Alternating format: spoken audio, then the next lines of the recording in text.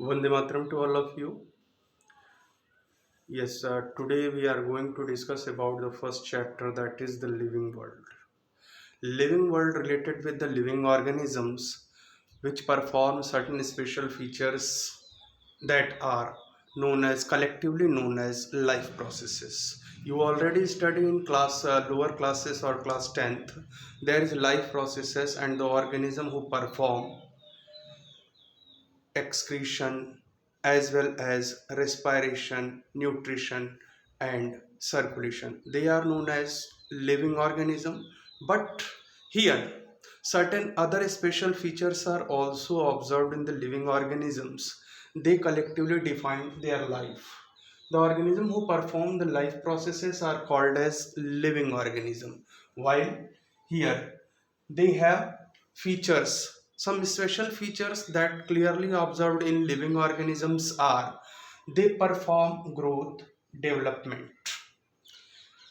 Another one is reproduction, thereafter the metabolism, and then consciousness. These features are quietly different from the life processes you already study in lower classes. Here, growth and development, that means they take nutrient and there is cell division occurs, and after the cell division the growth occurs of the body. Here, growth and development. Growth occurs by means of two-way in the living organism. They included all unicellular as well as the multicellular organisms, and here we can observe that growth occurs either by the increasing cell content or the size of cell. In this case, the size of cell increases. As a result, a unicellular body is also increases. It means that there is growth occurs here or by the increasing number of cell. If we observe a plant or an animal body, the number of cells are very limited in their juvenile phase or their origin phase. Here, number of cells increases, it occurs by the cell division process.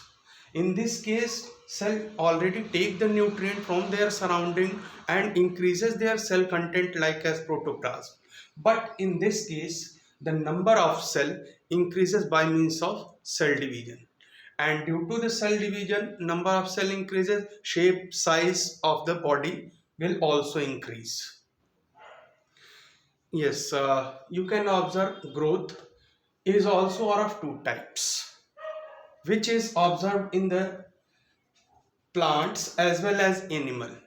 These growths are limited growth that occurs up to a certain period of time and thereafter growth stops. Example, animals. In case of unlimited growth, these growth occurs throughout the life. Throughout the life, it means that when seed germinate, it develops a small plant, and then cell division also continue in their meristematic tissue and results continuous growth that occurs after and after their whole life. Suppose that when we pluck a leaf or a twig of the plant, after few days new leaves arises, not only from that place, from another place also, and they increases their size. In case of animal, suppose when we take an animal like as human being and if we cut this finger, but there is no any type of cell division occurs and no growth and repairing takes place, though the growth occurs in the whole body by means of they taking nutrients, increasing their cell and cell volume, they divide continuously, and the whole growth occurs up to a limited time period, not for the whole life. Okay. In unicellular organisms where cell division is also a mode of reproduction and they also increases their numbers, then we can say that their number increases, also their shape and size increases, they are called as growth. let's move to the second feature of the organisms, that they perform reproduction. Reproduction is not directly included in the life process, but they helps to continue the life on this planet after the death of a pre-existing organism. Suppose that one organism complete their life cycle and they want to perpetuate their like one or their another progeny. Thus they reproduce. It means that the definition of reproduction will be production of new individual from pre-existing one or from parentals. It means that they perform another feature that is known as reproduction, production of new individual again and again and again to continue the life on the planet. This reproduction is a very much well known feature, as well as this is the important feature to perpetuate the life. It is of two types, as we know in the lower classes also. There is sexual and asexual reproduction. Here, this asexual reproduction are of various kinds that occurs in living organisms and unicellular as well as multicellular both. Here, asexual reproduction, no sex organs are involved, progeny are alike, they are just similar like that of their parents. There are various methods occurs. Budding, for example, when we take a yeast cell, this one, like this, they form a bud, and this bud ultimately develops to a new organism. This is the budding. This kind of growth is called as budding. Here, while in fission is another mode of reproduction that mostly occurs in amoeba, unicellular organisms, or paramecium, bacteria, even some unicellular algae or fungi, etc., where the parental body breaks into two equal halves. The parental body breaks into two equal halves, that is binary fission, or many equal halves when parental body divided, called as the multiple fission. Binary fission ultimately give rise to individual from a single one. Best example is amoeba, while in case of plasmodium, they perform a many organisms produced from a single cell, that is the multiple fission. Suppose that this is the amoeba having a single nucleus, their nucleus enlarges and the whole cell elongates, and here these cells divided from the middle after the division of nucleus.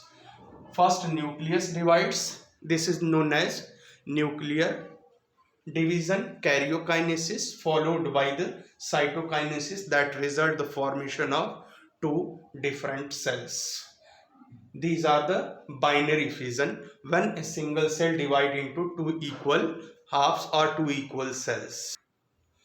Some organisms like algae, those organism which lives in aquatic habitat here, and they reproduce by means of fragmentation. It means that a fragment, more clearly known as a segment of body, breaks from the parental body and they give rise new individual by another cell division. And this is the proper method of reproduction in algae, filamentous algae. The clear-cut example is Spirogyra. This is the diagram of Spirogyra having the spiral chloroplast, this one, and there are the three cells, 1, 2 and 3, and when division occurs in this second cell, this fragment divided breaks from the parental body and it will develops ultimately the new individual. New individual, it means that the new spirogyra. It indicates that growth of three different spirogyra. This is the second fragment that give rise the another one spirogyra, and the first one also repair their body to makes a new hydro spirogyra, and the third one also repairs their body by means of cell division and makes a new spirogyra. It means that by the help of fragmentation, when this part breaks from the parental body, it divides by means of cell division, take nutrient from the surrounding and make their own food, because they are the algae having chloroplast. Thus they perform photosynthesis and take their nutrients from autotrophic mode of nutrition. Here this cell division occurs and give rise a new algae, that is the spirogyra. This fragment increases the number of cells, that's why they are the fragmentation, a mode of reproduction. In case of next vegetative mode of reproduction, this next vegetative mode of reproduction, it means that no any kind of cell involved to produce a new individual, but the whole body of parent divide itself. For example, when we take a twig of plant here, and we cut a cross section obliquely, this is the cutting. This cutting, when we planted in the soil along with their proper water supply, nutrients, etc., with the manure and fertilizer, this cutting develops a new plant. It means that the parental body or their body part divides and give rise the new individual. This is the known as vegetative propagation. It also occurs in fungi also. Fungi, where the fungal body, like as this is the rhizopus body which present over the bread. When we take a hyphae or a segment of this body and we put that segment on another bread, that it develops a new sporangia. That is the new body. This is the multiplication by the old body part, and no any sex organ, no any type of reproductive structure, sexual reproductive structure involve the formation of this one. That's why they are known as vegetative propagation. This is the means of another method of reproduction to improve the variety of various kinds of plants by means of cutting, grafting, layering, that we'll discuss in the class 12th. Okay, see here, another one is spore formation. Spore formation very common in algae, bacteria as well as fungi.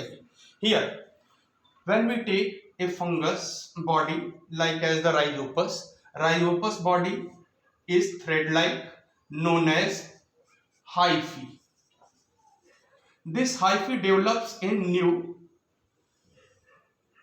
thread-like body hyphae, and this hyphae regularly absorb the nutrient from the surrounding and increases the shape and size of this last cell. And this last cell enlarges in the size, their nuclear division occurs, nucleus divide many times, these nucleus surrounded by the walls, and they ultimately become a spore. They are spores. The spores are seed-like structure which propagate another fungi after breaking of this covering, known as sporangia. There is no any male as well as female body involved, that's why they are asexual one. And this is the spores which produces by the vegetative part of the body. Okay, now we move to the second type of reproduction, that is the sexual reproduction. Sexual reproduction involve always two parents, and two parents, they form their reproductive cells which get fused to form a new individual. Here, male and female both have their proper fixed chromosome number in the two sets. That's why they represented as a diploid organism having two sets of chromosome represented by 2n. N is the number of chromosome, where 2n is the diploid or double set number of chromosome. Here, an organism having the two sets of chromosome known as diploid organism. In female also such type of content present, that is also the diploid. Both diploid organisms develops a new reproductive cells by a special cell division known as meiosis. This meiosis cell division reduces half their chromosome number. It makes their chromosome number half. For example, when we take the human being, human male have 46 chromosome as well as female have 46 chromosome. But in meiosis cell division, it get reduces into the half. That means the gamete is the another name also used for the reproductive cells. These cells have half chromosome number, that is 23 in case of human being. These 23 gamete represented in male by the sperm cell, and in case of female this gamete is represented by the egg cell or ovum. Both have the half chromosome number, that's why they known as haploid chromosomes. Haploid, having the single set of chromosome. They are haploid cells, both fuse. In sexual reproduction there is a necessary step, that is the fusion and fertilization. Both fuse to form a new reproductive structure here, that is have double chromosome number known as zygote. Zygote is the product of fusion and fertilization having the diploid set of chromosome, and this zygote develops further by the cell division and forms embryo, and after embryo there is a organogenesis take place, different kinds of organ develops, and finally develops a new fetus or new young one, new organism by means of sexual reproduction. The primary need of this sexual reproduction is two different types of parent, and this zygote or new progeny have mixing of two different parental characters. That's why they are quite different from their male mother and father both. Here in case of asexual reproduction, progeny is similar, while in case of sexual reproduction, progeny is not similar to their parentals. They have certain special features of male as well as female, but there is only the cloning or direct copying of the character occurs in asexual reproduction. It means that there is difference occurs, and it has the positive role in evolution, formation of new species, because there is mixing of two different better character in this zygote by the fusion and fertilization. While in case of asexual reproduction there is only one parent involved, and their character regularly transferred from one progeny to another progeny and another generation. That's why there is no variation occurs. That's why there is very little or no role in the evolution. Let's move to the next another process which occurs in the living organism here, that is the metabolism. Metabolism is the sum total of all the biochemical reactions which occurs in the body of a organism. Here, biochemical reaction basically are of two types. Either they are constructive, they form certain substances by means of a chemical reaction, and second one is destructive or breakdown reaction in which a substance breaks into different parts or complex one to simpler one. Here, there are the two different activities known as photosynthesis as well as the respiration. Both are the example of this metabolism.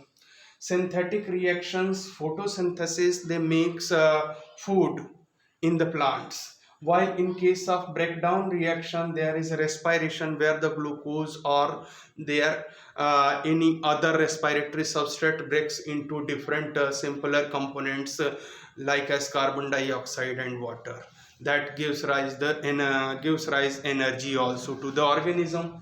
There is the breaking of substance occurs and here is the production of a substance occurs. We can clearly see this both of this reaction in this one. Carbon dioxide along with the water forms carbohydrate, oxygen as well as the water by means of sunlight and chlorophyll. This represent the whole reaction is constructive one, and we can say this is the anabolic reaction. Anabolic reaction. And the destructive reaction is the breakdown reaction in which the carbohydrate breaks into water as well as carbon dioxide here, and this is the catabolic reaction. Catabolic and anabolic, there are two types of reaction. Here, metabolism are of two types: anabolism, synthetic part; catabolism, breakdown part. Both of these reaction occurs in a living body, and it helps to break down of the complex substance into the simple one. It also exhibited in the unicellular as well as multicellular plant, animal, fungi also. This metabolic reaction can be demonstrated outside the body in a cell-free system. Suppose that when we take a enzyme from the digestive system of an organism and put that enzyme into a test tube and finally added some amount of food material in them, we can clearly observe that the food material which we put inside the digestive juice or digestive enzyme, it get digested in the test tube where no body present but the product formed.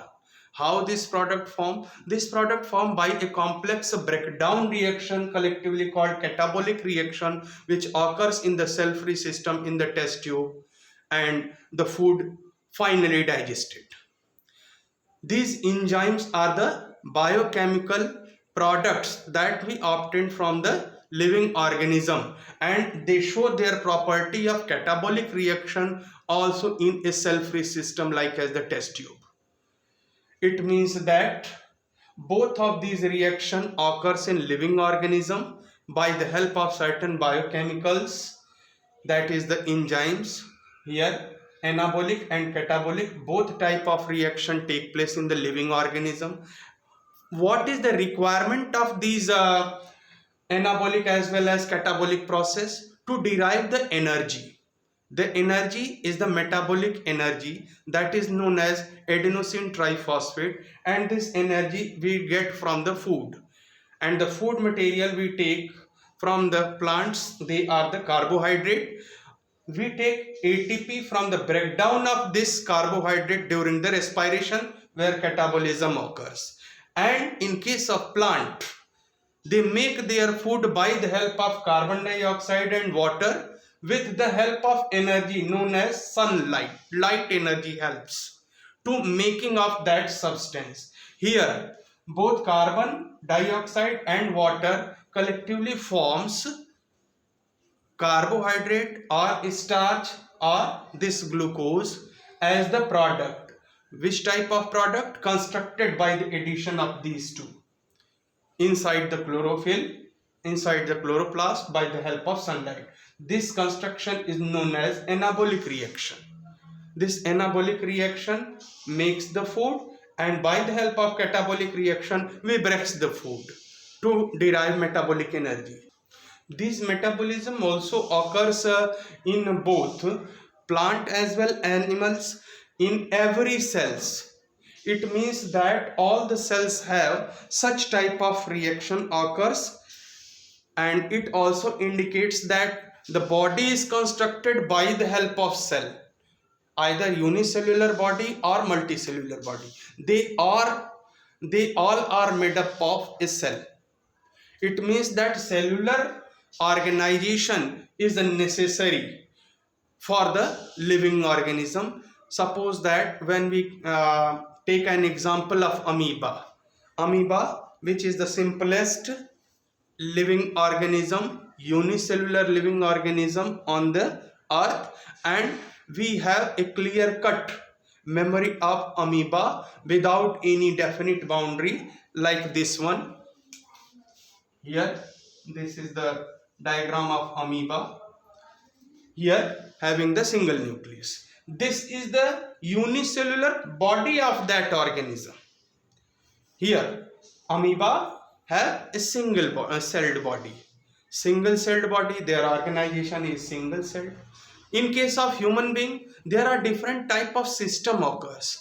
Digestive system, respiratory system, circulatory system, excretory system, nervous system, reproductive system, integumentary system. There is a lot of system made up of different kinds of tissue, and tissue are also made up of cells. Thus, we can finally conclude that either unicellular body or multicellular body, both are made up of cells. And cellular organization is very necessary for a living organism. That's why cellular organization of the body is the defining feature of a life form. Life form, suppose that a fungi having the small structure or creature. This creature have also the cells. When we take the example of elephant, whale, there is also cell present and makes the body. Body have cellular organization. Cells have different kinds of cell organelles which perform these type of reactions. It means that cellular organization have also this kinds of metabolic reaction, and cellular organization is the defining feature of the life forms, either unicellular or for multicellular organism. And now let's move to the next and last feature of this living organism. Yes, this is the next feature, that is the consciousness. Consciousness is the awareness and response. Suppose that you are sitting in a room in summer season and there is no rotation of air occurs.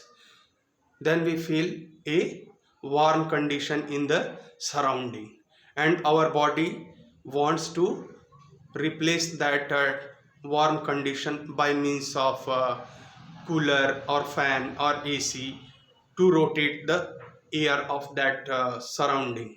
Why this type of feeling occurs?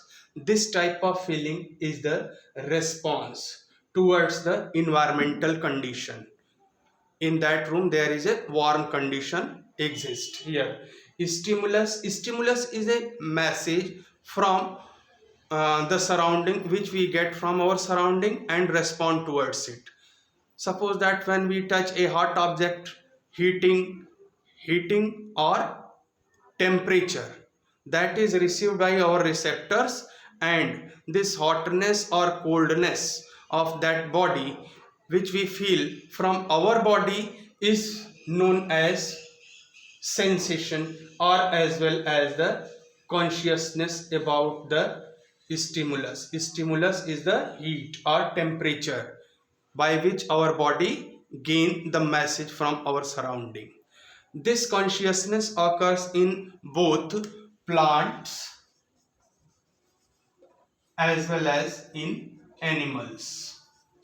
Animals more clearly respond towards their environment, while in case of a plant they slowly represent this consciousness about their environment. They have effect of pH, humidity, rainfall, as well as another most clear cut uh, stimulus comes from the temperature. temperature. Plant also get temperature, sunlight. In scorching sunlight, when they get much more temperature from the surrounding, their leaf droops downwardly and indicates the loss of water, excess water by means of excess transpiration. This type of downward movement of leaves indicates that the response towards the temperature or high sunlight. In case of animal, when there is any other environmental condition occurs, like as the winter season, some animals, cold animals, perform different type of activities, like as the winter sleep as well as summer sleep, hibernation, estivation. They show these type of activity, summer sleep or winter sleep, by the sensation towards provided by the environment, the stimulus provided by the environment. When environment becomes very cold and they cannot tolerate the temperature, they hide themselves from the surrounding. Here, this is the consciousness. Suppose that when take a dead body or a wood material, when we provide a lot of temperature on them or cooling on them, they don't have any sensation and they do not provide any kind of response towards the changing environment, because they are dead. And dead bodies or dead cells have no any response towards the environment. That's why we can say they are non-conscious towards their environmental change. Here we already study all the four features, that is cell division and growth and development, and thereafter the metabolic reaction, metabolism, reproduction, and finally the consciousness. All these four features are the features of a living organism. And then in the next part we move to the diversity in between the living organisms of the world.